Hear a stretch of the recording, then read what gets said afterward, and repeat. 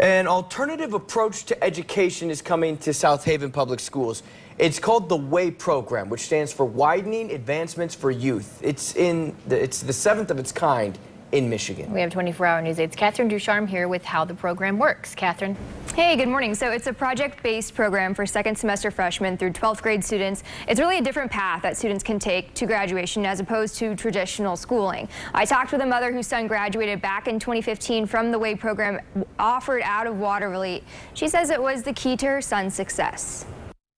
It was early on in her son's journey when Gina Johnson Small realized school was a struggle for her son, Aiden. Sitting down with him at homework, hour and a half, and frustrating and shutting down. And then, it's just a huge family ordeal at the end of the evening. I had to be his advocate. I was the only one, and took him out of school.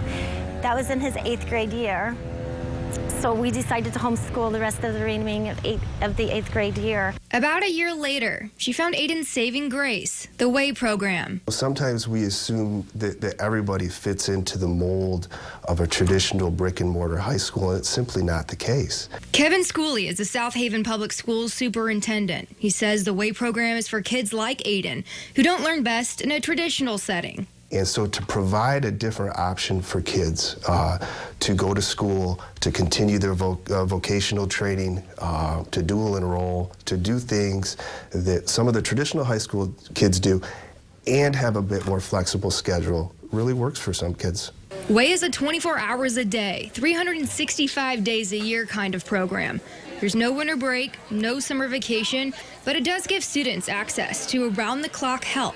24 hours a day, there's access to someone if he's plugged or needs an idea. It's right here at the fingertips or on the phone. He could even get in the car and drive down to the building and be there all day if he needed. And he had someone there to help him side by side. And like Aiden, students in WAY truly get to take education into their own hands. Sometimes he was taking a video, of something to put together a short movie clip. Sometimes he was actually cutting pieces of wood and making things out of it. Sometimes it's claymation, and that's the way his mind worked. It wasn't that he wasn't smart.